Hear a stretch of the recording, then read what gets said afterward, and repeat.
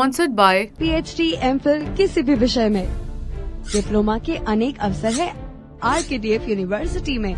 Admissions open. Yemen's Houthi militants, backed by Iran, have escalated their attacks on merchant shipping in the Red Sea, heightening maritime insecurity concerns among international shipping and insurance sectors. The industry leaders immediately demanded action to safeguard maritime trade and protect seafarers after 2 vessels were attacked and sunk by the Houthis. Claiming their support for the Palestinians in Gaza, the Houthis have escalated their attacks with automated surface vessels, missiles and drones.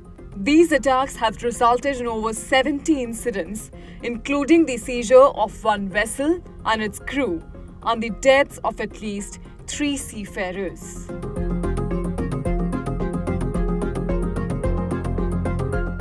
Meanwhile, prominent maritime associations have issued a joint statement condemning the attacks as heinous, demanding an immediate end to them.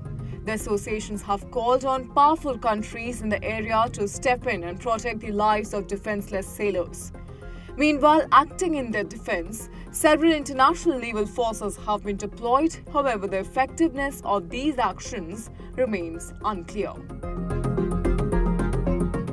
Nonetheless, sophisticated drone boat deployments are causing anxiety among those in the insurance sector, who state that this could lead to a significant increase in war risk premiums and introduce new defense issues. Due to heightened risk, recent increases in rates have already occurred, potentially adding hundreds of thousands of dollars to each trip through the Red Sea.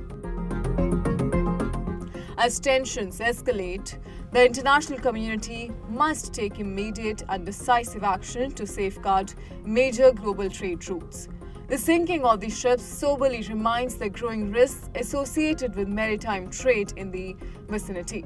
Saving lives and preserving the integrity of the world's vital supply lines requires active protection of maritime infrastructure.